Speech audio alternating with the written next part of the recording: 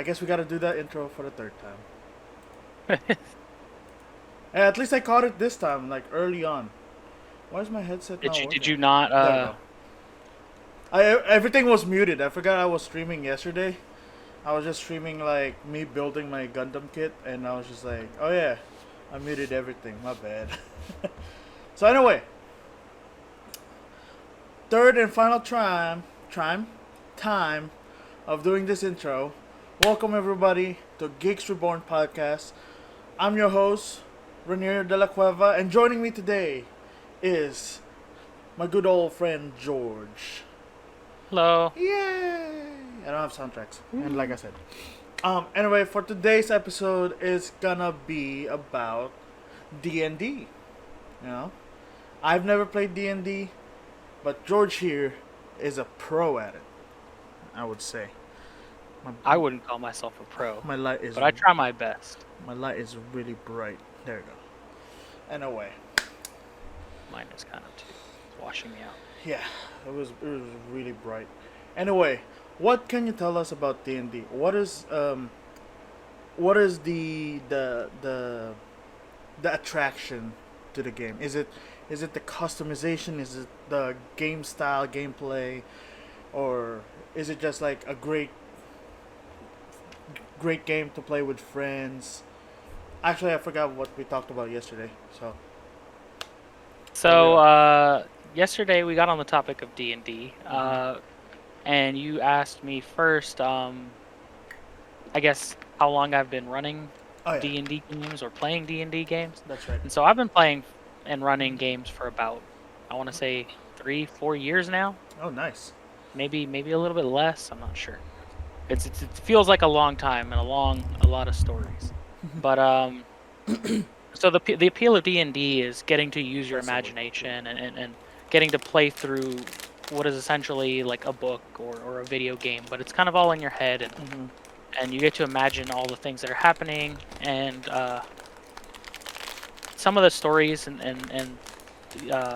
modules and homebrew stories that you may run your players through or play in yourself are some very crazy stories. And the way D&D works is that you can add in what you feel as a character or as a DM, just to enhance the story, to flesh out your character, to flesh out the story, things like that. And it really is just up to your imagination. Okay.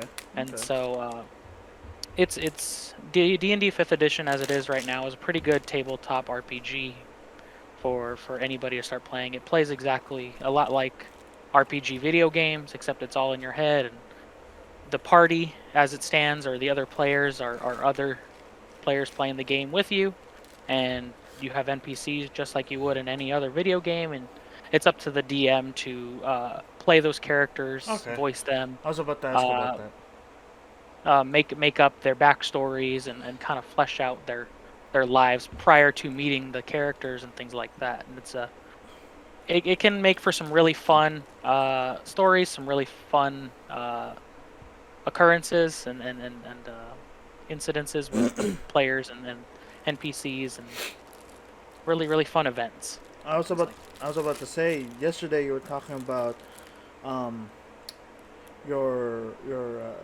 wackiest adventure with your old group.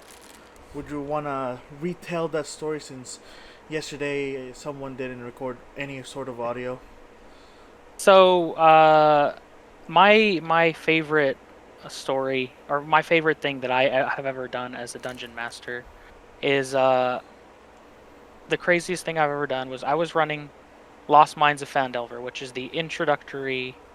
um the introductory beginner game for D&D 5th edition as it is. Okay. And so I was running it for a few friends of ours, and so they had beaten a group of bandits who had ransacked town, and they had taken some people hostage. And so in the course of dealing with these bandits, they had captured one of the bandits to interrogate, and they had kept him alive and decided, oh, we're going to take him, bring him to justice, and take him to the town master, and leave him there to face justice. Mm-hmm. And so one of my characters, or one of my players, he his character Eindraitha the Bard, at one point rolled to see if he fell in love with this bandit that they had captured, just to see what would happen, right? Mm-hmm. And so he rolled, and apparently he became very infatuated with this man, and so over the course of the campaign, he would make it a very big point to go back and visit this character that they had put in jail in the town, and so at one point, one of the other characters had asked, "Hey, whatever happened to that guy? Did he ever stand trial for his crimes?" And I said, "You know what? No, he never did." And I asked Eindraitha's character player, I was like, "Hey, so Eindraitha's been visiting this guy and trying to reform him and whatever. Has he gone through trial yet?" And he said no, but it should be coming up very soon, according to the bandit. And I was like, okay, well, let's I guess play that out now. And Mm-hmm. so for the next hour and a half, we ended up doing a court drama scene where the paladin character, played by our friend Nero, and the I think he was a barbarian or fighter, played by our friend Esteban, actually were the prosecutors trying to put this man in jail and keep him away from society, Mm-hmm. whereas our friend Pete was playing his character Eindraitha, trying to save his love interest and jailbird husband or boyfriend from being put in jail or incarcerated for the rest of his life. Mm-hmm. And it was the funniest thing because they were calling witnesses. They called forward the family who the bandits had kidnapped, and it was up to me to voice them and give them personalities and elaborate on what had happened and at one point I added in a jury, and then I had to come up with a system of how to roll for each of the jury's decision on whether this man should go to jail or not, the bandit. And it ended up being a really fun time, and then I added a bunch of things, and it really spiraled out of hand to the point where I was just gonna leave it up to fate because I didn't want to make the decision myself because it was just getting out of hand. And so I ended up rolling on the dice for each one of the jury members to see how they would decide based on Eindraitha's testimonials and the evidence that they had seen from the NPCs and things like that. Mm-hmm. And so the bandit ended up going free, and Eindraitha ended up getting him into some sort of community college there in the town, the imaginary town there, and he ended up getting him a job as like a cook or something. And it was just like really silly, like an unnecessary spiral out of the main actual story in the book, but it was amazing and hilarious just to play out and see where it went and where they went with this nonsense storyline. So you're And saying, so the entire time, it was more like an improv session. and it very much is. D&D is very much an improv session. Okay. And it's only as much as fun as you put into it, because there are players that may not feel comfortable with voicing their characters, creating a personality for their characters, and Yeah. role playing into it, and that's fine. That's fine.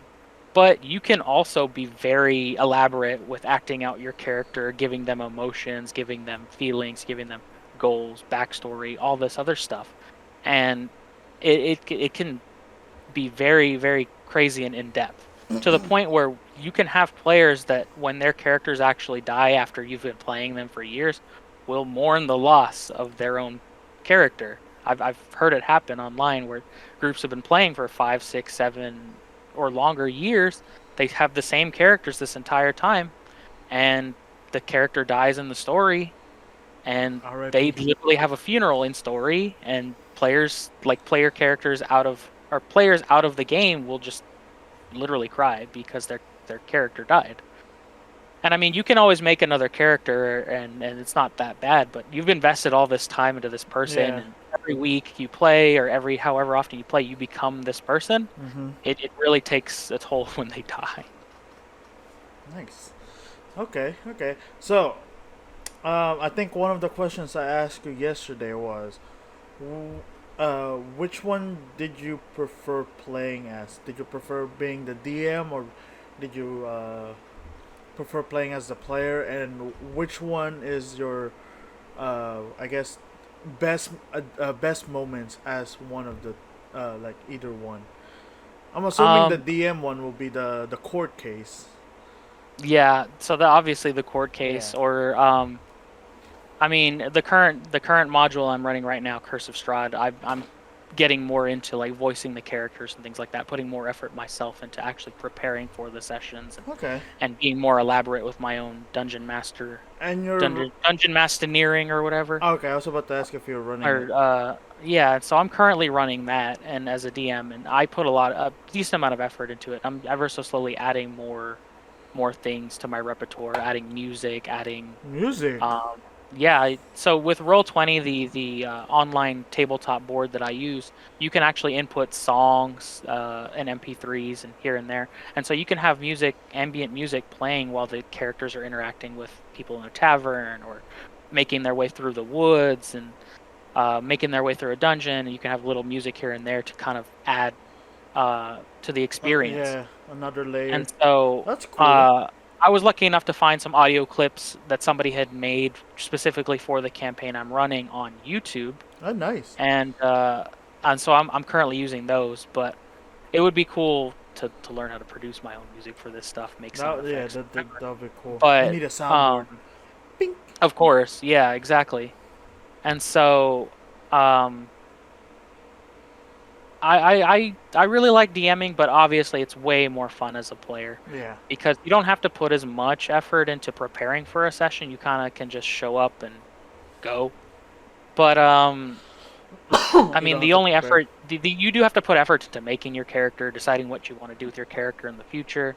One of my friends will, when he makes a character, go all the way almost up to level 15 or level 20 for his character's full route, kind of mapping out where he wants to go in terms of spells and uh, class choices and things like that, um, and subclass choices. And you can do that, or you can just play as you go and decide what you want to do at each level when you level up, and see what best fits the campaign at the specific moment, and go from there. And each player plays differently. And me personally, as a player, I really like to play more uh, melee weapon damage characters. I don't really like to play spellcasters too much because the magic system in D&D is fun, but it's a lot to have to remember, Really? like in terms of what spells do, what their ranges are, how Okay. many people you can hit at a time,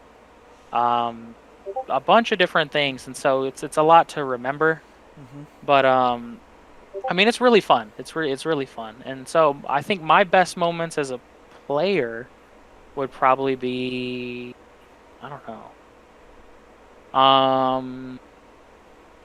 I really liked my favorite character that I played was I played a tiefling fighter, Oh and yeah. so he was basically a half demon. And the coolest thing about him that I liked was that he was, I think, half demon fighter that I had essentially built him so that he could dual wield, and he had very much had a personality kind of like Deadpool, where he Okay. was very sarcastic, very funny and very silly, but also had a sweet spot for like nonsensical things and the less fortunate. Okay. And he was an ex-soldier, and I really wrote his backstory in detail just to make sure that he was a fully fleshed out character. And so I really liked playing him. I haven't played him in a while because I think we stopped playing that campaign, but I'll bring him back eventually, maybe in some other campaign or He in got some other transported some from and he got yeah, maybe I'll change his name and stuff. And Slade Wilson. What was the name? yes, Wade Silson. Wade Silson. It became Sade Wilson. Yes, Sade Wilson, exactly. And so his name was Andromalius. With my characters, I like to do a little bit of research on the like where the campaign is set, Okay. or or how I want to build the character and things like that, and have it fleshed out. So most of my characters, their names like mean something in either like Draconic or Latin Okay. uh, or things like that. And so even my NPCs, when I make them randomly, I'll give them some sort of like important name or give a little bit of depth to their name or things like that. Okay. And it's always fun to build a character because you can get as unique as you want within the confines of like the different classes and races and subclasses and things like that. So you can really get really elaborate, or you can kind of just take your bread and butter standard races and classes and just kind of play. I mean, it all depends on how you want to do it. Here's my next question. My follow-up question to that: what is the most extravagant background story you ever made up for an NPC? Just So because, like, there's no context, but apparently, his backstory is just so crazy that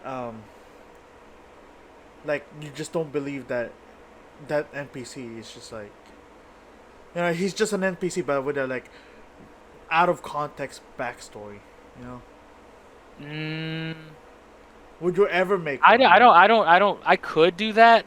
I mean, usually the characters don't interact with certain NPCs Yeah, uh more than once or twice.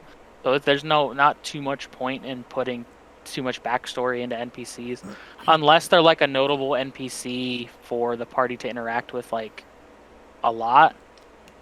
And I was so thinking of just like you just interact with this NPC once, but his backstory is apparently this super crazy ride, and then you never talk to him ever again, and you know maybe one day. yeah, see, as a dungeon master, I wouldn't do that because that takes a lot of effort to like think about that much for a character that they may never interact with. Yeah, Because when you're a dungeon master, you prepare for eventualities that the players may get to. that's So true. you prepare for, oh, they may go to this town this week, so let me read up on what the town is, or let me kind of flesh out what I want the NPCs to do and things like that. But I mean, if I'm creating an NPC, you can make them as elaborate as you want, but if the Okay. characters don't interact with them, or if they choose to like kill them off like nothing, then you put all this effort in for nothing. Um, but I mean, that's how you end up with people making NPCs like Boblin the Goblin, or just things that are just really stupid, or Goblin number one, unnamed Goblin number two, things like that. And they just don't really give them names, or you come up with them on the spot. Like my friend made an NPC Goblin for us that was Rock Eater, or Scratchy the Goblin, or something like that, like little dumb stuff. And I mean, the real issue is when the party, if they want, decides to like pal up with the NPCs and like adopt these characters into the party and bring them with them. And actually, I just remembered the biggest NPC that I had was when I was running that Greek mythology campaign. The party actually decided to adopt this cow that they had found, right? And so they named her Mumi just because. And they were like, "Oh, we can use her for this, we can use her for that." And this cow was very sickly when they found her, so they kind of tried their best to nurse her back to health and Yeah. whatever over the course of many sessions. And they kept bringing up anecdotes where like, "Oh, I'm doing this with Mumi. Oh, I'm doing this." Um, or we're gonna get armor and make it a battle cow for whatever reason, because they're silly, but they're hilarious. And so at one point they got what is called, I think it's like an alchemist jug or something, that it can dispense like 9 different kinds of liquids. It can dispense like and oil and like a bunch of different things. But one of the specific things was like mayo for some reason.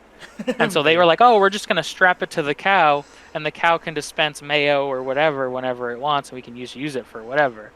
I'm like, "Y'all are so weird, man. Mayo. Why? Why?" And so they ended up strapping that to the cow. And then later on in the story, they had gone into a dungeon and they beat this, I forget what they were. They were like some subterranean race of like fish people. They were like really gross looking things, and they smelled really bad.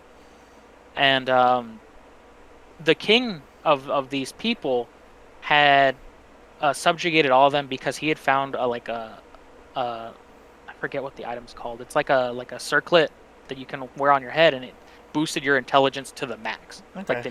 the smartest you could be. So that's how he kind of was controlling all of his other Peeps creatures. Yeah, right. And so they beat him and stole this circlet, and guess what they did with it? had a bunch of uh, fish fillets, I guess. No, they put the really smart band of intelligence on the cow. And so the cow became sentient and could talk because it was the smartest person in the party now, smarter than any of them.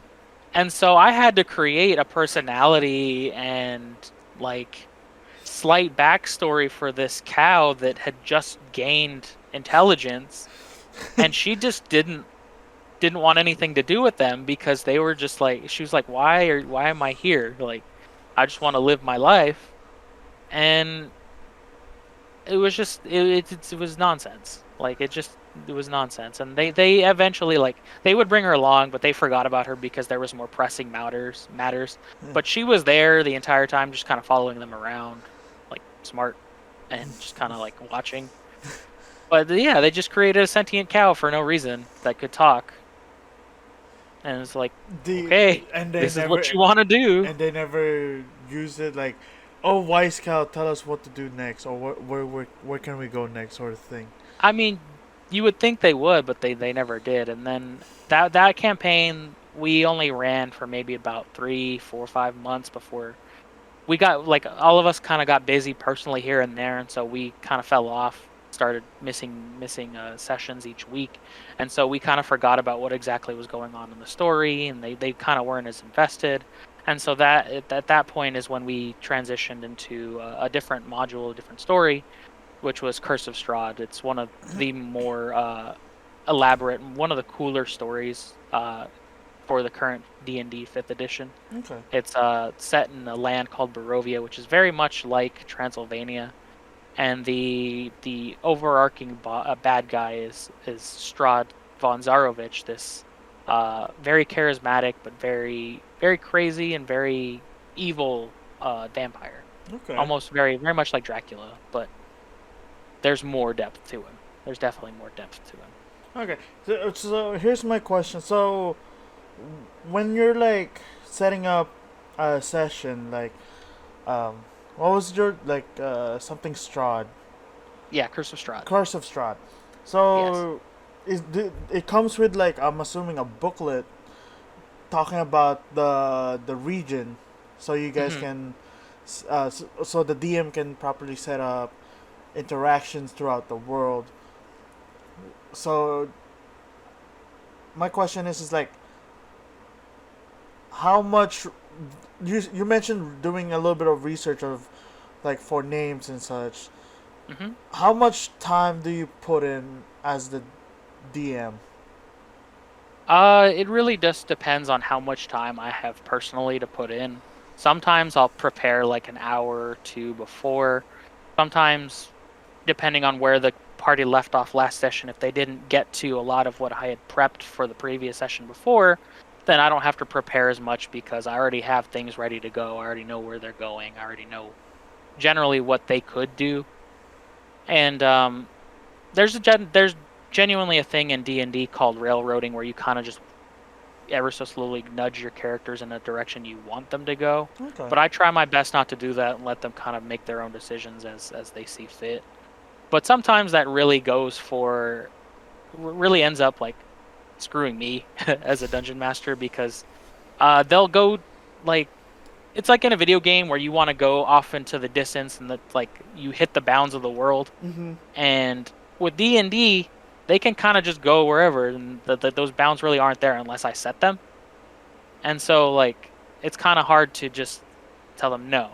Like, you can't go that way, not right now. You haven't unlocked this quest yet, or things like that. Mm-hmm.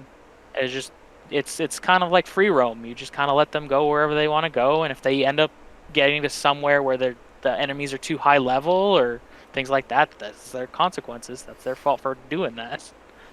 And so, I mean, it ends up being really fun, or really uh, really bad for them depending on what happens. So I'm assuming, like, when you said that eventually they'll come up with like they'll meet like come up against a high level like enemy. Hmm. Is that like a specific spot for them, or is that like, okay, that this area I'm just gonna put, like, as a DM in your head, of course, like to yourself, Hmm. I'm gonna put like a strong enemy so they can't really progress through here, or do you just like, or like, So, how are the um, enemies set up? so in the book, in the module, it will tell you it'll give you like guidelines for specific encounters that are like central to the story. Okay. So, like, let's say they go to a specific town. But apparently, in part of the story, that town was just uh overtaken by some sort of wizard or something like that. So they weren't supposed to get to that area maybe because they hadn't heard in a neighboring town that, oh, the other town over is covered, like, is a wasteland now because the wizard took it over and there's a bunch of zombies or whatever. Mm-hmm. And so if they didn't know that and they just show up, that's how that happens. It's not my fault, it's their fault. Okay. But I mean, I don't specifically put monsters in unless I think it's an interesting, cool interaction uh that may add something to the story for them. Like I was telling you yesterday, uh, there was there are characters that they've interacted with before in the story that they did something where I may bring the character back later on in the story as an enemy or as a big bad because they have to face consequences for something that they did that wasn't so savory. Mm-hmm. Like the story that I told you yesterday about them fighting the them doing committing an atrocity, remember? Where Yeah, remind me. they showed up to this town and they saw this lady trying to look what looked like she was kidnapping a kid, right? So they started Oh yeah, following yeah, her. that's right. Yes, you remember now. Yeah. They started following her and she just was giving them the slip at every turn. And so they finally were able to catch up to her. And so one of my players, her character in game has this item that I let her take in from another game. So I had run them through a Halloween session last year where we were going through a gauntlet of series of rooms that I had designed called Monster Mash, where it was they were built level 20 characters and they were fighting like high level monsters and doing high level interactions to see if their monstrous characters could beat the monsters that I was throwing at them, Yeah. like genuine high level scary D&D monsters. And so it was a really fun thing. And after they cleared each room, I would give them chests with like special items, let them roll on an item table to see what they got.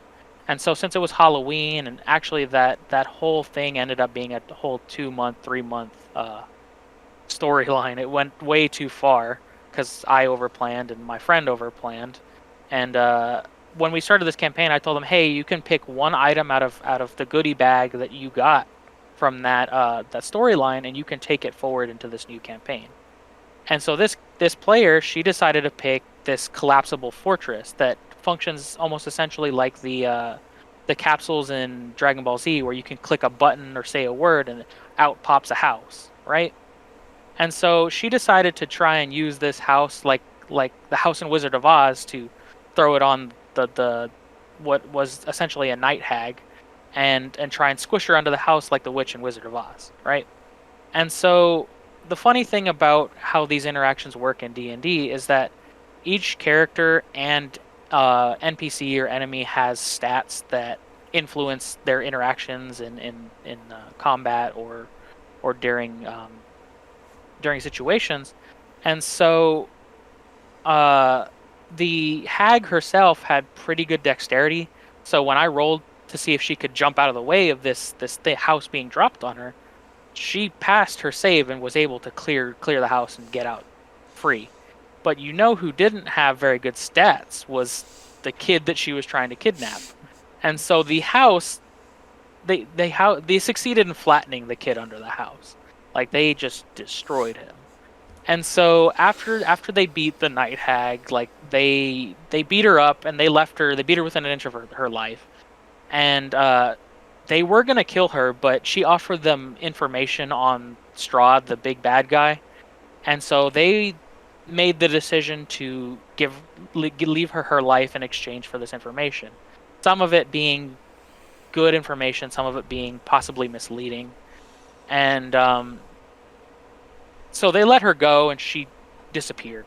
Like she's gone. She may come back eventually. We'll see. Mm-hmm. But so they attempted to bring back this kid back from The dead. almost the dead, and so they were able to do that. But he came back different. And the reason being behind this is that one of the cool things about this campaign and the setting of Barovia, the land that they are currently in, is that there is a mist surrounding the entire region, and that mist traps literally everything in the region. Nothing Okay. nothing can get out once it's in the region. And so even if you die and your spirit passes on, it won't leave the region. So they brought this kid back, and they brought him back, and he was different. And it seems like he's almost soulless, like he kind of seemed kind of dead inside. Mm-hmm. And so they took him back to his house, kind of like knocked on the door, left him at the porch, and the parents opened the door, grabbed him, pulled it in. That was it. However, it may turn out that he may come back in the future just to haunt them or something, because I mean they committed a literal atrocity. Yeah, So by squishing the kid. who knows what will happen and how that will end for them. That's hilarious. So minor spoilers if any of my players see this. We There we will go. see. There we go. Yes. Future D. Mine. Future sessions. Yes. Beware. Possible future sessions. Beware. And so the characters that are in this party are pretty interesting and pretty elaborate. This is the first campaign where we're actually trying to roleplay a lot more than before, Mm-hmm. because you have to have a good balance between roleplay and acting out and having interactions and Okay. talking to each other and talking to NPCs, with combat and just fighting all the time. And if you're fighting all the time, I understand it can get a little kind of boring because it's Mm-hmm. just doing math and kind of hitting things all the time. And the role play aspect of it was kind of lacking before this campaign, so we're really trying to step it up, both the players and myself, to um, really get in depth with our characters. And so the party is having a lot of fun with building their characters and fleshing them out. And so the character that dropped the house on this kid, uh, it's the girl plays a guy character by the name of Mr. Butler, and Okay. he looks. She told us that he looks very much like the butler from Black Butler, where he's very pretty and very handsome, but it's possible that he was like um his appearance was changed magically so that he looks that way, because when he speaks he sounds very much like an old man, and she voices him like an old man the entire time. And so it makes for an interesting dynamic between her and the other characters, because this character that she plays, he's very just strange, very weird. Very, I'll always talks about his his his uh, his master, Lady Poppington, who I firmly believe may be his patron, because he plays a warlock, and each warlock has to choose a patron that gives them their powers. Okay. And it seems like this Lady Poppington may be more than she seems. But who knows? I haven't fully figured that out with the player yet. There you go. And then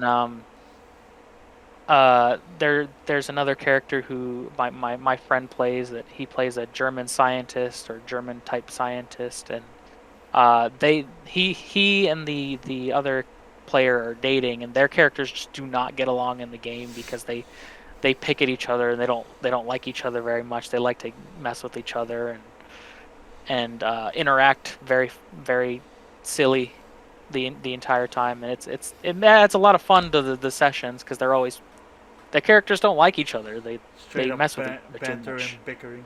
Yeah, they banter a lot between themselves, and it's funny. It adds a lot to the group dynamic. Mm-hmm. And so there's another character that is a barbarian mime, a French Oh yeah. mime, and she has a very silent rage, I guess, because a lot of what barbarians do is they have a power where they can rage, and they get boosted damage when they're in rage mode, and so she will go into rage, but I guess it's a very silent rage because she wants to play the mime character, and it's very very funny to see her do that. But I mean, she still talks, so she's obviously not a very good mime. But it's, I mean, she's trying, A and for so effort. yeah, and I mean, Caitlyn plays a paladin, an elf paladin who's very silly, and she puts a lot of effort into like choosing the names of her characters because she likes to make them named after food and things. And so, one of her previous characters was named Alfreda Fettuccina, just because she's silly like that. Her first character was named Brie Cheese Tea Leaf, who he was or it was he or she, I think it was a she. She was a hobbit or a halfling. They're called halflings in D&D, but they're basically hobbits. Okay. And then her current character is Fistic Ingatata, which is it's ice cream. It's pistachio ice cream in Romanian, and I helped her translate it with Google Translate just to add the extra flair and give it more depth, because the region of Barovia is very much like Transylvania, and Romanian is the language of Yeah. Transylvania. What was And that so again? like Like the name is Fistic Ingatata, but it sounds like fish stick, so I we'll thought it call was her fish fish stick. stick. It fits. It's dual purpose in that Yeah, I aspect. mean Like, it's it still sounds like food. fish stick, also a food, but then it's also a food in the native Romanian Yeah. language, Yeah. which is Pistachio double ice cream. hilarious. Yes, pistachio ice cream. And so she likes to do that. And who else? We have two other characters. One of them plays a rogue. Uh, and his rogue is very much edgelordy. Wants to kill all the monsters, and um, he's a monster hunter. And he plays an interesting character, always trying to lockpick stuff and sneak around and steal things and whatever, as rogues do. Yeah. And then the other character is a cleric, and she seems very timid. And but she does her job very well. She's very good at healing, and is trying her best to help the party with fights and things like that. There we go. So Sounds like it's a it full adds set. for a good mix. Yeah, full standard set of classes within the party, and you want to have a good balance of different classes in a party, or else if you way too heavy on like fighter melee characters, you can kind of lack in the magic, and then you get messed up by wizards Yeah. and other spellcasters on the other end, and that's not fun. Here's Or you my can't, or you have nobody to heal you either. That's also not fun. okay. I have a follow up question for that, and it is, um, how often would there be like duplicates of the same class in a party? Um, my players usually, like, they talk amongst themselves beforehand to Okay. try and figure out who's gonna play what, so they don't have duplicates. But we've had duplicates before where I think me and my friend were gonna play like rival sorcerers at one point, Oh, I mean that makes sense. just Yeah. because It's we rival. could. Yeah. Yeah, like we were gonna play sorcerers that were rivals and things like that. Like it adds to the story if they're the same like class, but Yeah. it doesn't really take away much in terms of story. It takes away a little bit of diversity from what the party can do, like tactically, I guess. Yeah. Um, but it doesn't matter that much unless you're lacking in the healing department, or Mm-hmm. lacking in one specific like trait or power that the party needs in a specific instance. Okay. Like, sometimes if the party doesn't have a spellcaster, they can't cast spells, and they can't find like magic traps. Because there's like spells like detect Okay. magic, where you can kind of feel out for magic in the area, and if you're not detecting magic traps, that's how you spring a trap that opens up a transport portal or teleportation portal that sucks you into another room or realm or something like that, which has happened to people before. That can happen, possibly will happen. Mm-hmm. But uh yeah, I mean, it's crazy. Okay. What is your favorite class? My favorite class is, I want to say either fighter or paladin, and I'm generally leaning towards paladin because paladins are typically tanky characters. They take a lot of damage, so you don't have to worry too much about going down. Mm-hmm. Paladins also, depending on your subclass, can heal themselves and other people. Um, when you fight, you can fight with like a great sword and do a lot of damage just with your melee weapon, or you can fight with a sword and shield and be a little bit more like I said, tanky and take more hits and kind of bounce off damage because your armor class is so high that nothing can really hit you or break through your armor. Mm-hmm. They have access to magic, and they can do magic inherently based on their deity that they are crusading for. And so with the paladins, you usually pick a god of some sort in the D&D universe Okay. To pledge your service to, and you take an oath within their service to follow specific guidelines as a paladin. The interesting thing about that is that if you break your oath, you actually lose your paladin powers, and you become an oathbreaker paladin. You get a different set of powers. But it's pretty cool, and there's a lot to do. And there's also the thing called smiting, where you can smite people with your holy Word. magic. Yeah. And so you hit them with a weapon, and then outpours your holy magic, or however you want to phrase it or flavor it. But it adds extra damage via like extra dice rolls, and it can really level really level enemies if you really want to, and it can take a good chunk of damage out of a big boss if you want. Okay. And so it's really fun, really fun. There was a question I asked you yesterday in regards about paladins and clerics, I think, or warlocks. Hmm. Warlocks. Yes. Could there be a character where they're always bad mouthing but they never break the oath, but they're like Yes. constantly making fun or bad mouthing their patron?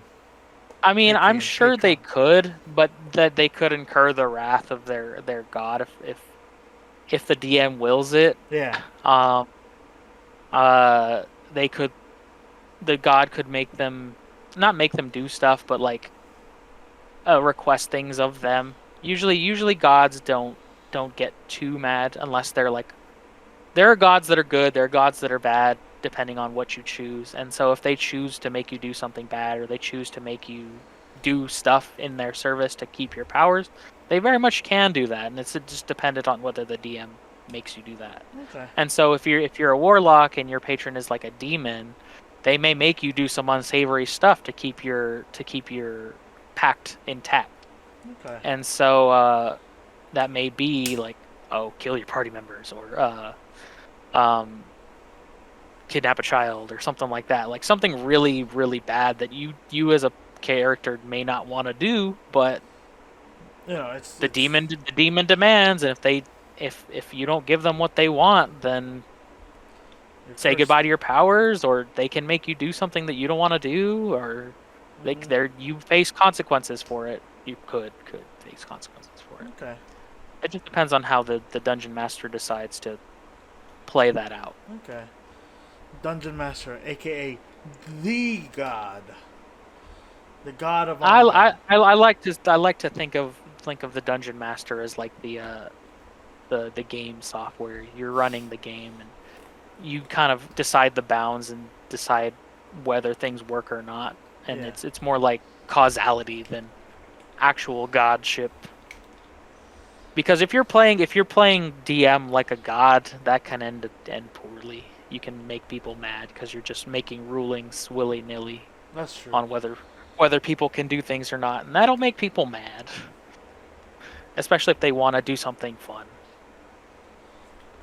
Okay. The only times like I'll rule against something somebody wants to do is if like it's literally not feasible within the bounds of the game, or two, it doesn't make sense for this to happen, like for this character to be able to do something. Because just because you roll a natural 20 or roll really high on your dice with your stats doesn't mean you should be able to leap 40 feet because your character rolled really high. Like, no, that's not feasible unless you've got some sort of magic enhancing you or something like Yeah. that. Like, no, obviously that the world's not going to let you do that. But I mean, makes sense Mm-hmm. within reason. Okay, okay. So how often do you guys get into session, and how long is a typical sessions for you guys? Would you say? So with me and the group that I play with or that I run games for, um, we usually go for about an hour and a half, 2 hours. It depends on personal schedules, how tired people are feeling, because we usually play Saturday nights, and so if we go too late, then people get tired, and then we kind of call it quits at about hour and a half, 2 hours maybe.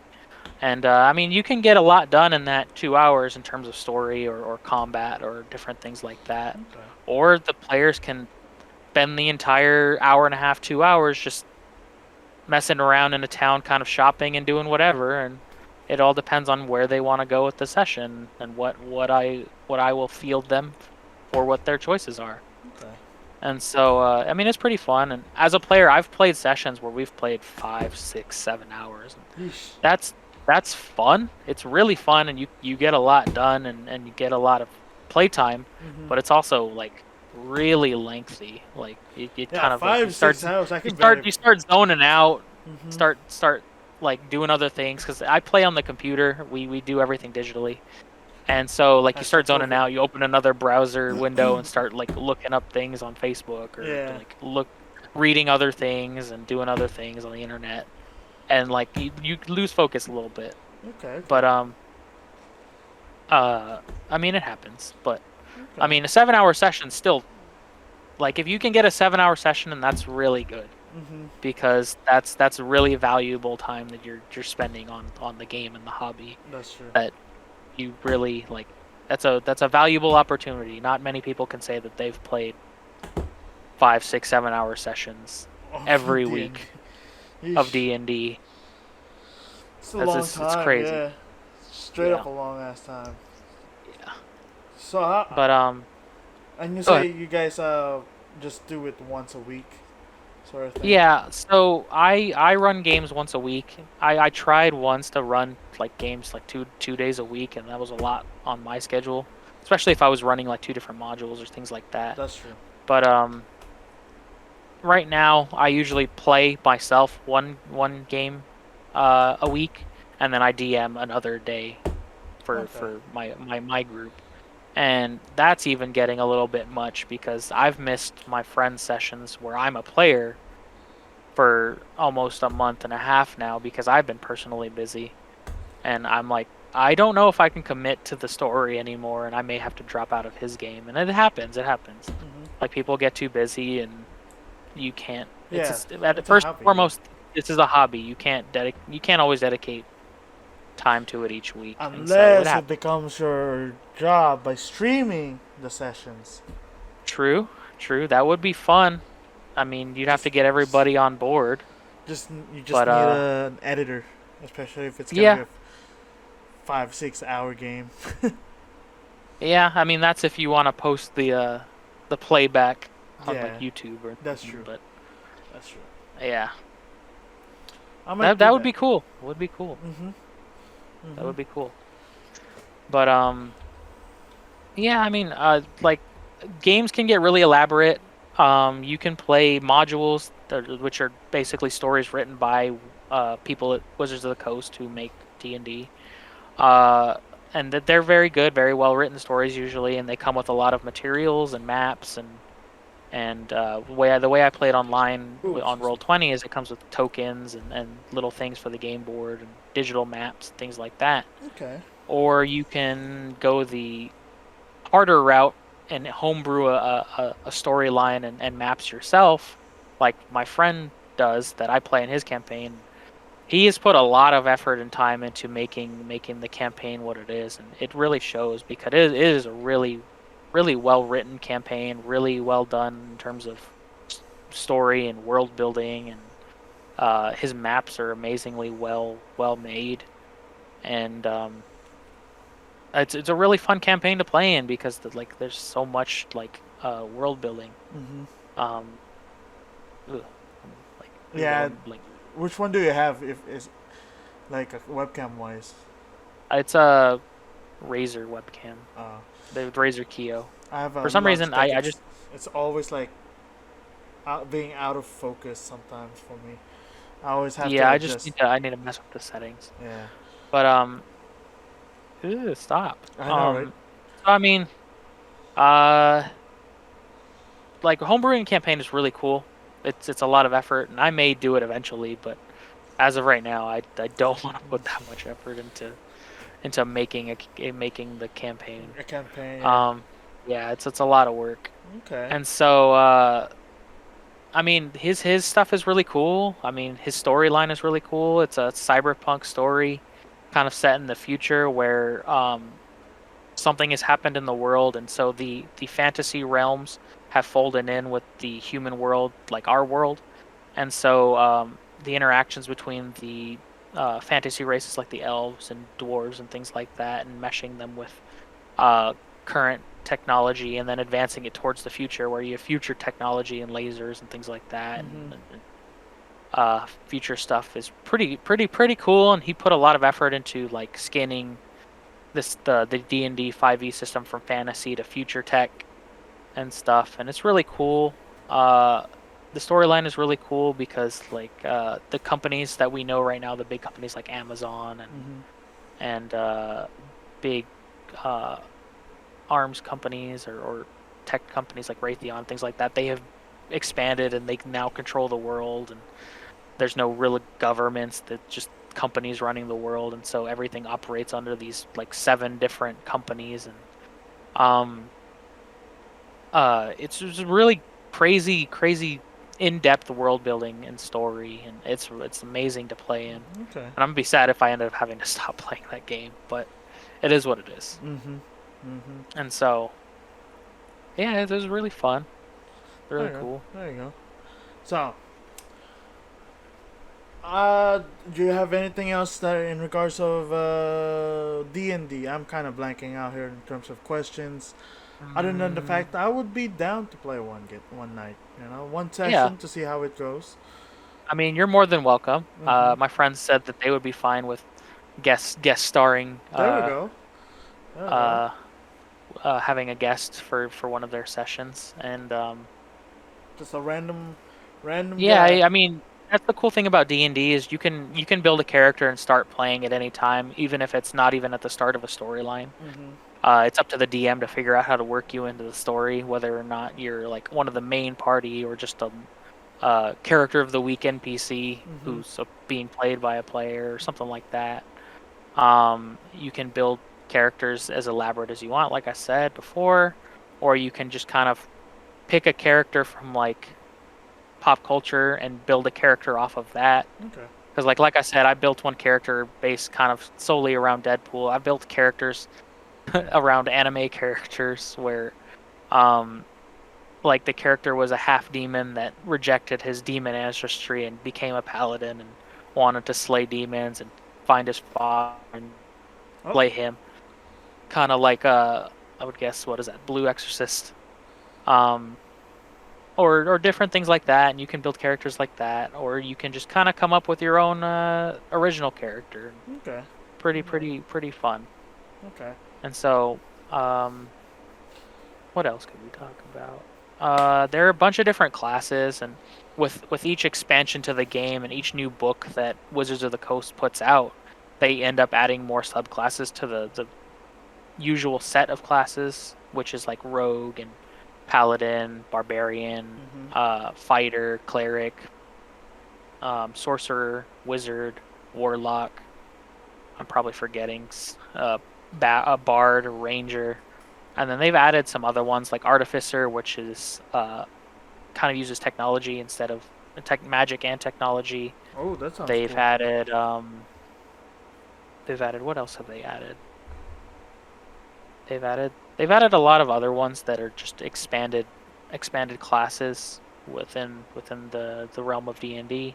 They've also added a lot of different races, and within each race of like elves or dwarves or the fantasy races, they have different sub races where like you have mountain dwarves that get inherent stat boosts to like stat boosts to different things, or hill dwarves that get different boosts, or high elves versus dark elves, uh, who get different boosts based on their lineage and things like that. Whereas like high elves are typically like taller, stronger, faster, where like dark elves they do a lot better combat in the like night or in caves and dark places because they're well adapted to the darkness. And like the tiefling race is crazy because depending on your demon ancestry, there's so much written about like whatever demon your lineage comes from determines like inherent powers that your race can use. And so like I played a half demon who was descendant of like Mephistopheles, and he could use like ice powers and things like that, and it was really cool. And there's other ones where they can use like flame powers or like conjure a flame sword or different things like that. It's crazy, and it can get as elaborate as you want it to, or you can just kind of play the standard tiefling where it's like, oh, I'm just a half demon. I don't know who's my ancestor. I'm just a half demon. I got horns and tail. Or you could play it like Hellboy and be a cool monster hunter barbarian tiefling who wants to do away with all the other monsters and protect the world, protect the world, and search for your dad or something like that. And so, I mean, it is really just all depends on what you want to put into it. So, I blanked out with questions. So I'm gonna transition a little bit here, from one storytelling base to a different storytelling base. I want to talk about. Actually, I'm gonna segue here in a bit.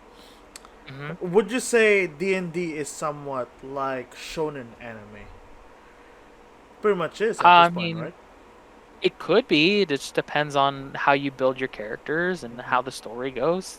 Because like there are animes like that I definitely compare to D&D, because like the fantasy animes are like, you could play a D&D campaign like an isekai anime where you're a human in the human world who gets teleported into the fantasy realms or something like that, and you end up being a different race. And so, I mean, it all depends on how you want to play your story. That's true. So you could be playing it like a shonen anime. You could be playing it like Lord of the Rings, where you're a group on a quest. You could be playing it like a sitcom, where each week you meet up and you're just doing nonsensical things in a fantasy realm, or things like that. Like it all depends on how the group wants to go around. They could be a band as crazy and as fierce as, I don't know, the Lord of the Rings Fellowship, where they're a bunch of high-level fighters and are trying to destroy the ring, or you can have them as silly as, I don't know, the Crusade of Monty Python, where they're just trying to find the Holy Grail and doing nonsensical things along the way, fighting a demon bunny or whatever. Like, it can be a wide variety of things. Okay. And that's the big fun part of it, is that some sessions you can be very serious and be very involved in the story, or some sessions you can just be doing nonsense and messing with the town and kind of creating general mishap within the town. Okay. So, here's my non D&D question coming up. Do you have Peacock? Yes, I do, of course. Okay, I was about to ask, have you seen the Superfan stuff for The Office? For The Office? Yeah. No, I have not yet. I've just been rewatching the normal series. Okay. I did, however, I was watching the normal series, and there was like a cold open that I had never seen before in the normal series. So I don't know if they're adding stuff even to the later seasons, or if they just didn't air it on Netflix because of censorship reasons or something. I know the Halloween one where Michael hung himself. Yeah, I heard that one was taken out of Netflix.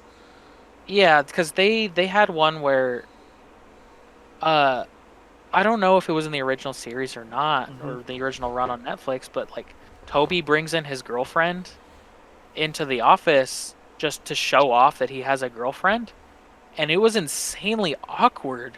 And I was like, I don't remember this at all. And I've Yeah, watched the show I don't know how many times. I don't remember that either. So that's probably Yeah. something new. It was really weird. Okay, time to And like rewatch it.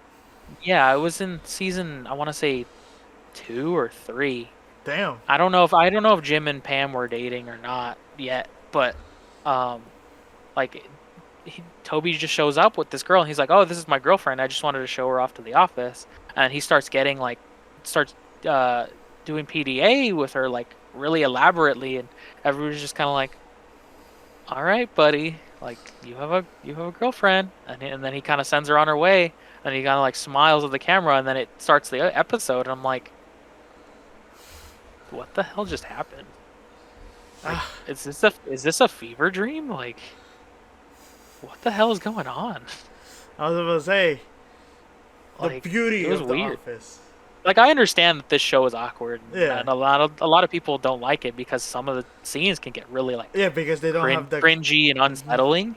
But that was like too much even for me, and I Yeah, was like, we'll "Ugh." just say, well, that won't make sense because Scott Thoughts is a full episode. Same with Phyllis's wedding. Scott's Tots is like the crown jewel of cringe for The I Office. I don't know. Phyllis's wedding, was up there for me. I would say. That's like the second because Michael really put himself out there Hmm. in terms of like shoehorning himself into her wedding.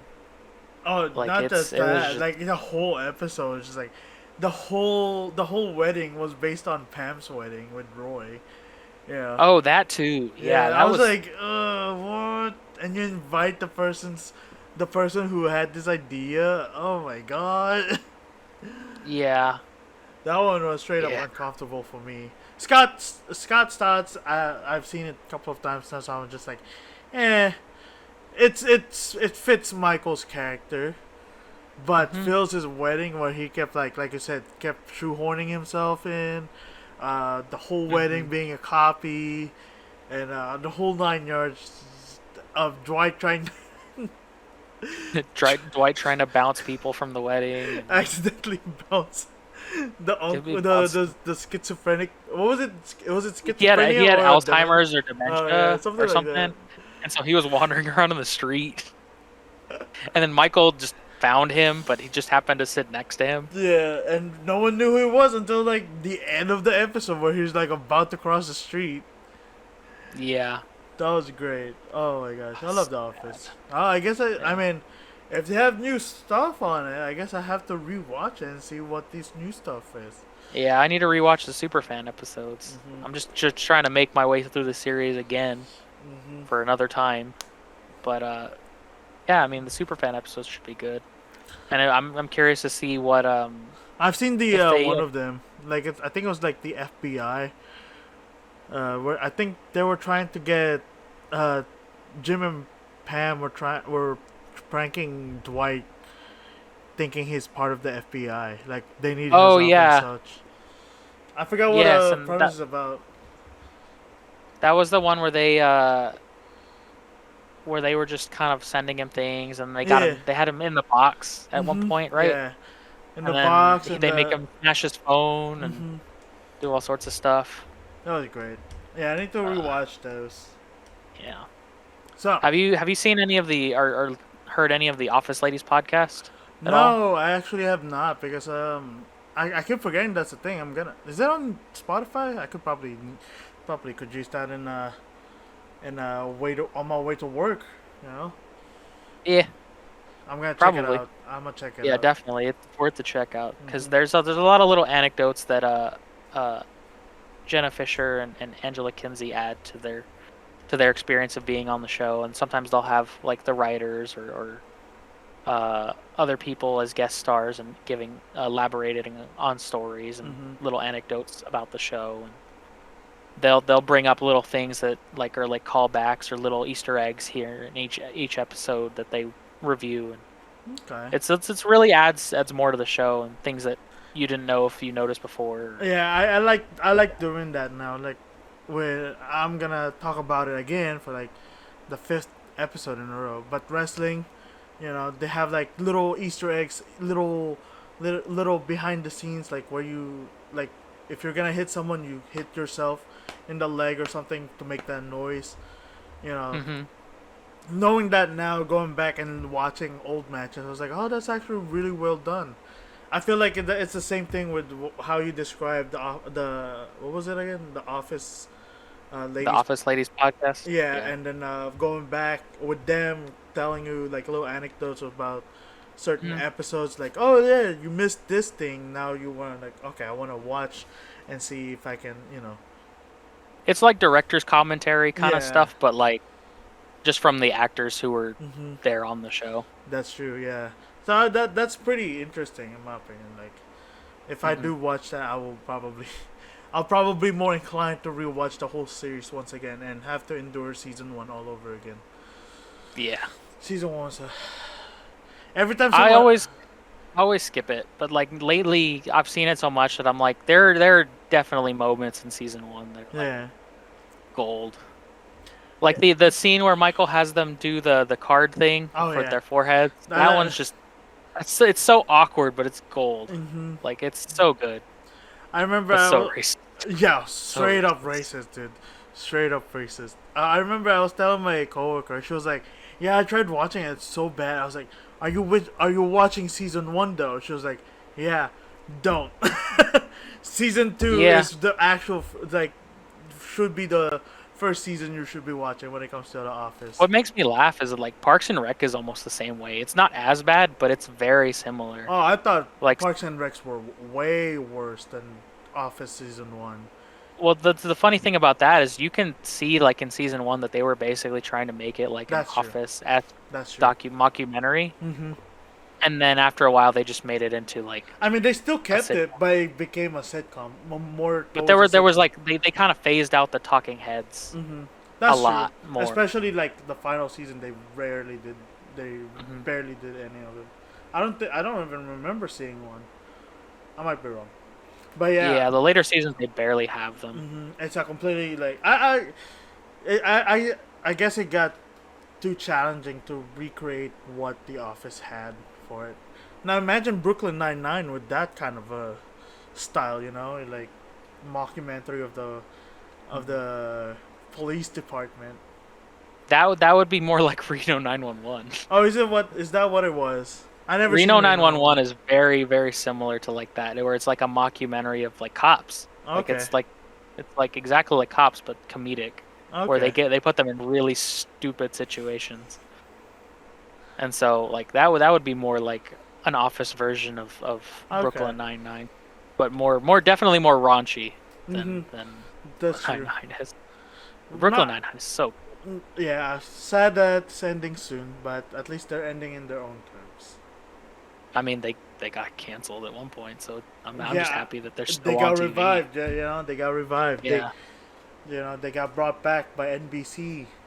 They were Mhm. welcomed home Exactly. to the land. Oh, excuse me. To the land of sitcoms, the king of Mhm. sitcoms, anyway, in my opinion. Exactly. But anyway, What else do we want to talk about? I'm out of questions about D&D. We pretty much, I have my little comments about The Office, Superfan, Peacock stuff. Great service. I think it was a great service. They have the first trilogy for Jurassic Park, so I'm like, Mhm. I got bored They have one day. they have all of the Lord of the Rings stuff too Oh, as really? well. Yes. Is it just like base? I thought it was. Wait, I thought it was wait. The Hobbit. They have the Hobbit. They just have the Hobbit. Never mind. I had to find the Lord of the Rings somewhere else. They But have Harry Potter. that's what I was thinking. They have They all have of that. the entire Harry Potter. Ouch. Um, Mhm. I should tell that to my sister, even though she has all of the Blu-rays. I mean, I do too. Sometimes I just don't want to set up my Blu-ray player. True. Um, what games do you guys play? Like on your free time. What? I mean, I play a lot of Genshin Impact, like we were talking about yesterday. I Mhm. haven't been playing much other than that and Apex Legends, but I only play Apex because my friends wanted me to play, Mhm. and like I'm not very good at it. Who do you use the But most? I used to. Who do? Go ahead. I usually use Lifeline back when I play. I've been playing a lot of like just what is it, Lifeline and Gibraltar, just because I'm like they're the introductory characters that aren't too hard. And Yeah. then I haven't really played too much to like expand on learning how to play better other characters. Like I played maybe what's his name? Uh, I haven't played it in such a month and a half, and I've already forgotten characters' names. Okay. Um, You guys still play Overwatch? yeah. Well, I mean, we will eventually. I love Overwatch. I mean, it's kind of a grind because people just want to play the way they want to play, and even though it's a team game, they want to play it like a solo first-person shooter. Yeah, that's But true. I mean, I still enjoy it, and I'm still hyped for Overwatch 2 whenever that's going to come out. Hopefully, we'll get some more trailers or news for that from E3 coming up today, tomorrow, and the rest of Oh this yeah, week. that's right. My buddy wanted to watch. I was like, eh. I mean, apparently there were some good updates today. I haven't really been following it, but I saw my friends talking about it. All I heard Some is that Flight Sim is gonna have multiplayer. So that mhm. one I'm like, okay, but can it have battle royale? Battle royale. Like Flight Sim Battle Royale. You're just knocking each other out. It's bumper cars in the air. Exactly. But yeah, I was like, okay, that's interesting. Apparently, they also have like a Top Gun free update for it. Uh, I heard Outer Worlds 2. But yeah, Ratchet and Clank came out. What was it yesterday? The other day? Oh, The new this past game? week. Yeah, the past week with the part. Same with Final Fantasy 7 Intergrade. I forgot the Mm. other one. Strive. Strive was the other one. But yeah, I've never. I don't have a PS5, so I only have a PS4. I don't have any PlayStation anything. I have a PlayStation 1 and a PlayStation 2. Which I'm kind of jealous. Not even Yeah. kinda. I'm uber jealous because I have one, but I never brought it with me. I have a Switch and an Xbox. I still want. I still want a Switch. Do you It's still? worth it. It's worth it. Just I think they're gonna come out with the Switch. What is it? The Switch Pro soon. Then like the next year or so, Yeah. supposedly. I mean, that might drop the price of the regular Switch We'll if you want see. to just wait for that. We'll see. Because But I kept telling myself, but like this, like last month I went to Colorado, drained my wallet, and then now mm, my coworker is asking if I wanna take over his lease for an apartment so I can be a lot closer to work. I don't have to drive 2 hours a day, back and forth. that's Yeah, yeah. So that's hopefully, yeah, I gotta save up. making moves. Yes, sir. Understandable. Mhm. But what do you still play your Xbox or is it just collecting dust at the moment? It is currently collecting dust. Is that your Blu-ray player though? Yeah, that is my Okay, there you Blu-ray go. player. That is my Blu-ray. That's literally the only reason I keep it. Actually, I only keep it to play like Overwatch with my friend, and then uh, for Blu-ray playing. But I mean, I've been playing Switch a little bit actually. I've been playing Pokemon Sword and Shield. My friends on Discord had gotten me into a draft league where we drafted teams and What the heck? where we battle out each week with our set teams, and there's a draft board of Pokemon we can choose from, and it's grueling. I didn't realize how much effort and math you could go into like crafting a team for Pokemon, like with the competitive scene and stuff. Yep. It's stupid amount of effort. Remember Billy? And yeah, I remember Billy talking about it, He showed it to but me. Jesus, Yeah. it's so much work. Yeah, he was describing that to me. I was just like, dude, I thought I was playing it right. I just collect the Pokemons and then I make them reach There's level so much more to it than just like type Uh, matchup, Yeah. which is the crazy part. You gotta have the right personality apparently, or whatever Yeah, one of the the stats right was. the right nature, the Yeah, right nature. There you go. IV, Mhm. the right all these things and EVs, IVs, and I'm just like, I picked Pokemon that look cute. Yeah, I was like, if it's strong, it's in my team. But other Yeah, than that, I'm like, collecting. I'm filling up my Pokédex. You know. yeah, exactly. Like, I'm a casual player, and I Mhm. bit off way more than I can chew with this draft league. And I mean, it's fun, but I it's remember just I tried to ridiculous. fight someone on Pokemon for that. I was. Well, I do have a. Well, I still need to play Ultra. I think the one I have is Ultra Moon. No, I think I only have Moon. Borrowed it from Taya. She never asked for it back, so I still have it. It Technically, it's happens. now mine. I haven't It touched my. I happens. haven't touched my 3DS ever since I beat Ocarina of Time, which was like 3-4 years ago. You Mhm. know, I remember I dropped. I was like, I got to the water temple. I was feeling ballsy. I was like, I'm not gonna use a guide. I'll go through water temple on my own. I was stuck there for like a whole month, and after a while, I was like, fuck it, give me that You gotta look it guide. up. I need the guide. And once I finished that part, I just finished the game with a guide. I was like, fuck it, I'll just play with a guide. And then I closed after I beat the game, closed it, never to be touched again. It's sitting in my drawer, Hmm. along with my DSi, my Game Boy Advance, and my PlayStation Portable, my PSP. That is surprisingly still working. I just gotta update the hack on it because I don't have games on it anymore. I Other mean, than Final Fantasy PSP, 7 PSP's a good, was a good, portable was device. a good, yeah, it was a good console. It's just that they really just didn't market it too well. Hmm. Because the PSP was essentially just like the Switch, And but ahead of its in the time. well, I don't know about here, but I know in the Philippines, almost everyone I know there had like a PSP. When I went So back that's like what I'd heard that it 2008. did really well in Asia, but like everywhere else, Yeah, not as much. that's true. I mean, Asia, Because like, like, they have the Game Boy there, so they're probably familiar. I don't know, but yeah, it and kind of even though like the sucks. PS Vita too, like Oh, dude, I barely heard anything from the Vita here. I saw it one time, and one time only. I was like, cool, I want to get that. And I I was, think Nero had one, and I was like, I think he was the only one I knew that had. yeah, He was the only person I knew that had one. PSP Go. What's that? It's like the second gen, like I won't say second gen, more like the generation after the PSP. It slides up. It's like a segue to the PS Vita before the PS Hmm. Vita. It was the PS Vita before the PS Vita.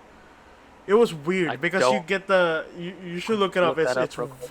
It's a weird console, I would say. It's a weird mobile device. But yeah, the Because PS Vita never had one. the way you're describing it, it sounds like It's like like a. it slides up, I think. Oh yeah, this was a thing. It It's was basically like a sidekick. mhm. Yeah, where you flip it up. Yeah, I Yeah. remember that. And God, like I that's a said, repressed memory. that one I've seen. I didn't even see an ad for that. I just saw like a page on like Game Informer or something, and I was Or like, cool. like the Game Boy Micro. It came out, nobody really cared for it. I didn't even know what it was. The, When you just said it like now, I was like, what? the I Game Boy Micro, it's literally like a Game Boy Advance, but like this big. I think I've okay. Maybe I heard of that. Let me see. Game Boy Micro. Oh wow. Yeah. Oh wow. It is just wow. It's fucking Yeah. expensive. 450 unused. No Well, thanks. yeah. Because I mean, Nintendo collectors will pay top premium price for old Nintendo things. There's uh, a Pokemon Emerald that's $50,000, 85 plus near mint. Crazy, crazy. Hmm. That's dope though. I Yeah. didn't even know about the Game Boy macro.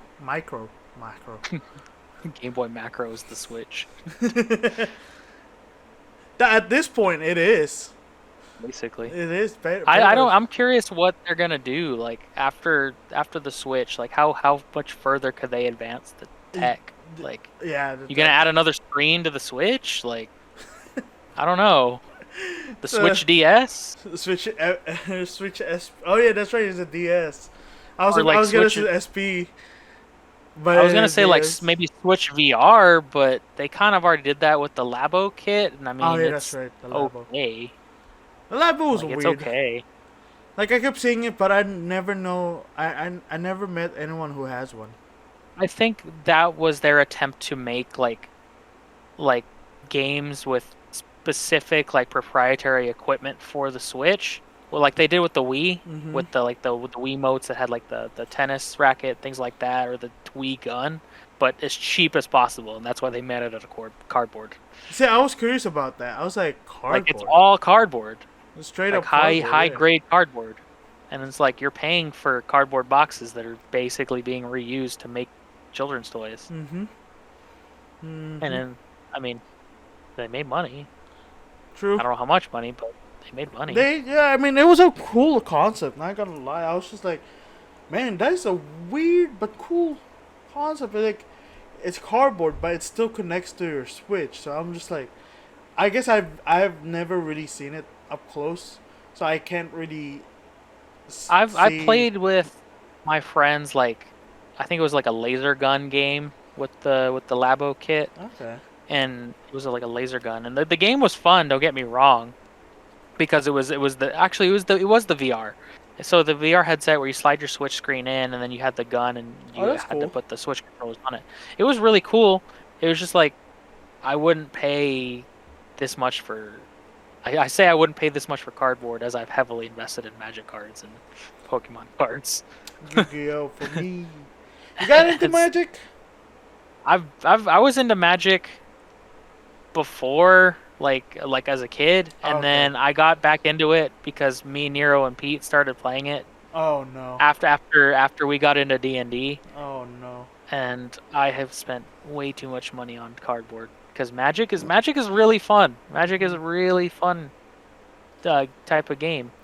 And then, just like everybody else with scalping Pokemon cards, I just decided to get into Pokemon cards, just not to scalp them, just to like open packs and just have fun with it. Oh, that was me with And Yu-Gi-Oh, and then they were like, no more Yu-Gi-Oh in Walmart or Target. I was like, no.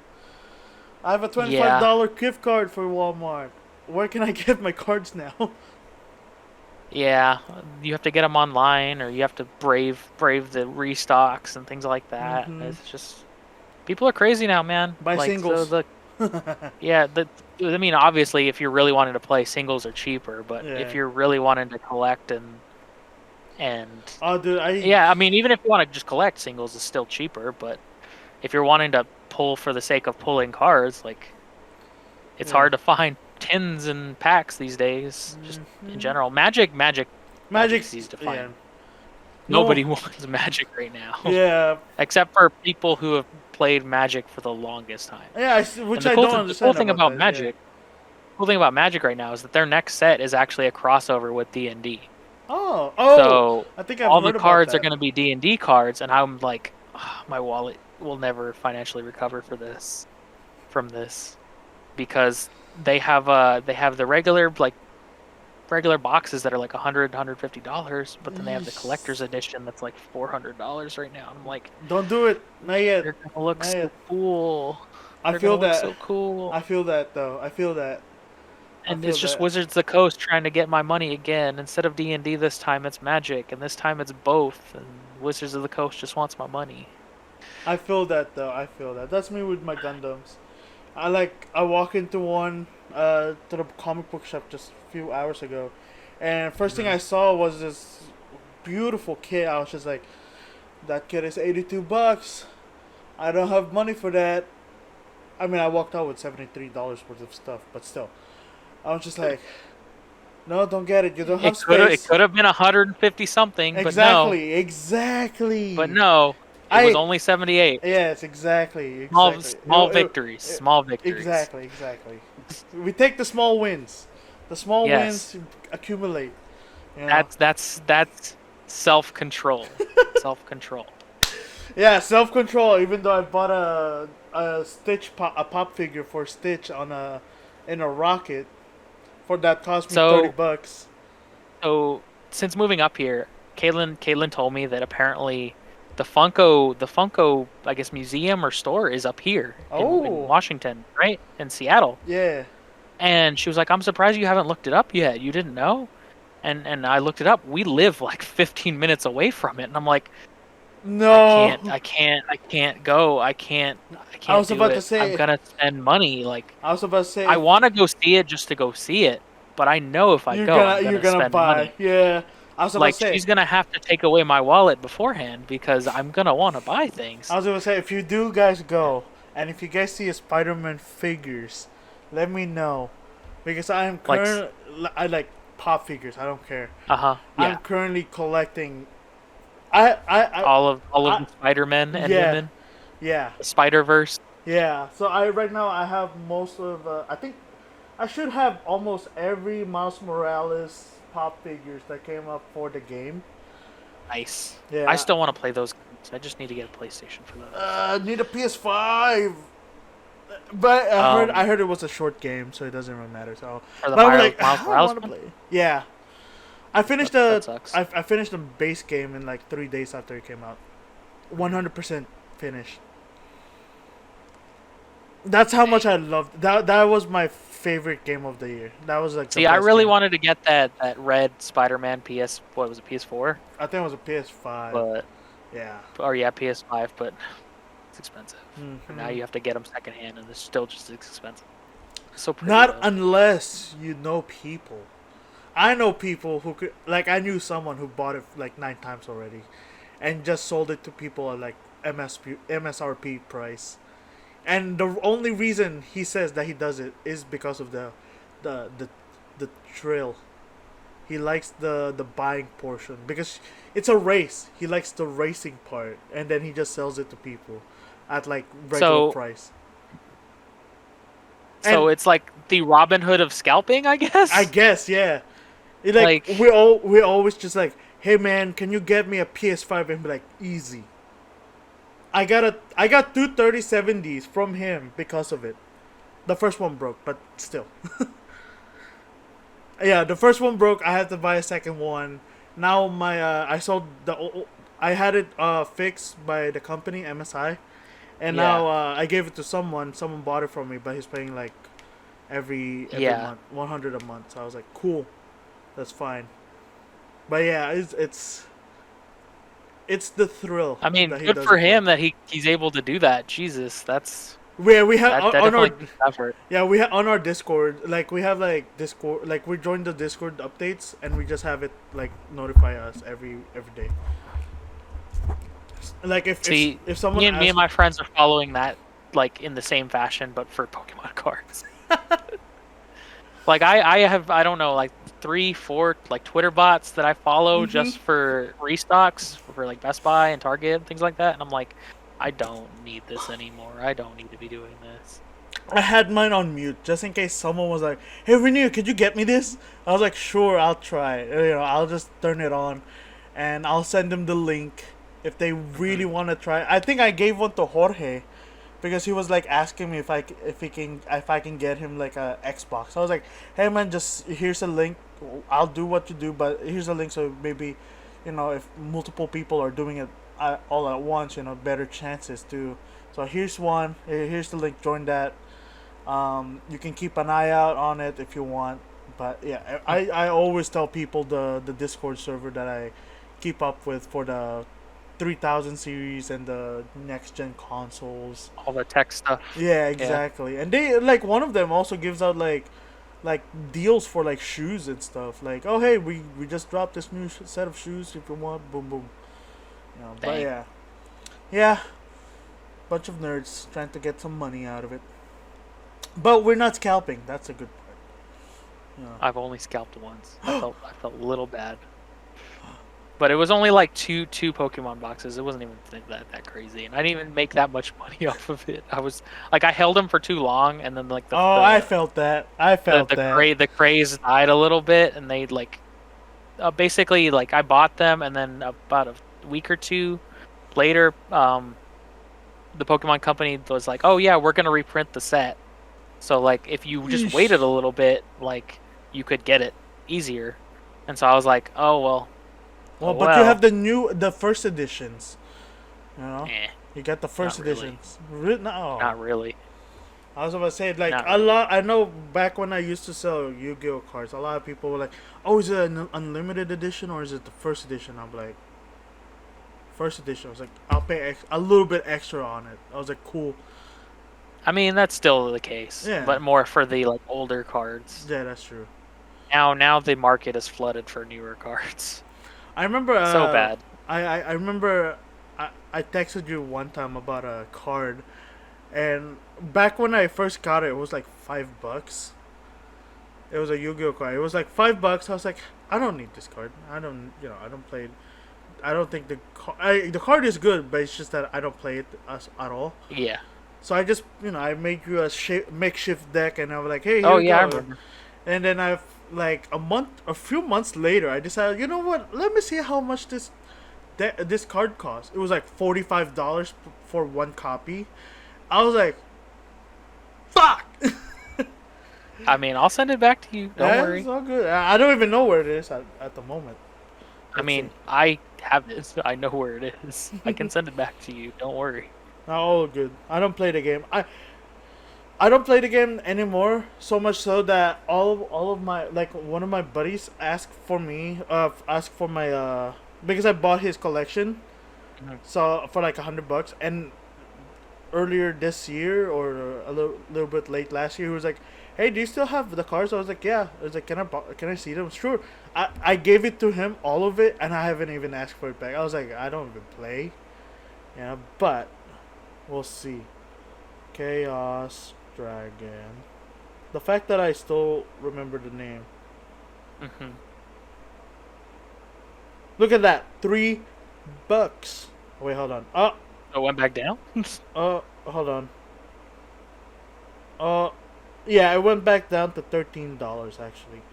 The Did they ultimate. reprint it or what? Oh yeah, they reprinted a lot. They have gold, 2 golds, alternate artwork, an ultimate rare that costs $56, and then Oh, the that the makes regular sense. one. Yep, Must have reprinted it. yep. Reprints. Reprints takes over. But anyway. Yep, that's how it works. Mhm. Anyway, well, there goes our our little D&D card video games, The Office and cards Mhm. discussion. Just Uh, pop culture in general, pop honestly. culture in general. Yeah, exactly. You know what? Geeks nowadays can be about anything. As long as they're passionate about it, you know. For sure. hmm Definitely. So, yeah, a little recap. We talked about the D&D experience from an actual D&D player. One day, maybe once I have a better schedule, I'll Yeah, hop on. maybe. Um, we talked about a Let me little bit know. of anime and the same experience you might get from a D&D game or to an anime. The Office, great show. Of course. I highly recommend to everyone to watch it, except season one, first time, especially Yes. if it's your first time. Start season 2. Season two Go first, back and watch season 1. after you finish the series. Yes. Exactly. Exactly. Because you are gonna hate The Office, if you watch season one first. For sure. Same with Parks and Rec. See, Not as much. It's not as much. maybe I'm not a big fan of what's her face, Amy Poehler. That's why I didn't really like as much. But yes, She's definitely more cringy in the first season, but yeah. yeah. I know. Later seasons she acts like Michael, but Mhm. better. Yes. She has morals. There we go. I would say that she has morals compared to our good old buddy Michael, who Yes. yeah. Anyway, I don't want to take up too much of your time. We've been recording for It's an all hour and a good. half. Anyway, good sir, thank you for doing this with me for the second time in a row. This time I promise I No recorded. problem. I recorded the audio. I'm Perfect. gonna make a triple check after this recording to see if it actually captured. If not, I'm gonna cry myself to sleep because it's another week of no episode. But anyway, thank you once again for joining. You I was have happy you to have be a guest. yeah. I hope in the future we can do this again. but in a of course. different format, maybe. Yeah. What was I gonna say? You have any, you know, anything you want to plug or talk about before you head out? I do not. I currently don't have any online interests that I need to plug, but maybe in the future, who Hey, knows? maybe in the future, he says. No Yeah, Discord maybe in server. the future. Like, I know you have a Pokemon Go server. Oh yeah. I'll send you the link for that. But yeah, come join my server that me and my friends run. I'll try to put We it have down here. like 800 Or maybe here. 800 people ish, and we Hashtag actively run an international server. It's great. hashtag Team Mystic. Yes. Team Mystic. Come join us at International Pokemon Go server or Pokemon Go rating I server. remember one time at work, I decided to take over a gym because my boss and I were talking about it. I opened my app. I was like, I haven't played in a long while, and there was just a gym. What was Instinct? It was a Team Instinct gym, and I was just like, these guys are gonna lose. I'm taking over. I don't know if I still have the gym or not, but Probably not. probably not. Yeah, It changed so quick. I know. No, actually, it was there for like a week. No one. Unless you're like leaving a Pokemon in the middle of nowhere. Like Yeah. usually maybe a few days to a week, but then like I've left a Pokemon in that ended up being there for like 2 months because it was just in the middle of nowhere. We'll But it see. happens. I'll check it when I Yeah, get you back can to check work. out our server too if you Yeah, want. there we go. I'll link it up either in the description below or either of these blank spaces Sounds because I good. don't have cool backgrounds yet. Actually, I don't know how to change the background for Discord, so I'm like, look into that one. I don't think. Yeah. Yeah, exactly right. So I tried to do it yesterday. I was like, oh wait, never You mind. could always just try Zoom or something like that True, and just do Zoom backgrounds. true. We'll see. We'll see. Anyway, thank you, George, for this is my third time thanking you for being my guest. And Just my happy name to is be here, Ray. man. My name is Ray, and this is the Geeks Reborn Podcast. And thank you for joining. Have a wonderful day. Peace. Later.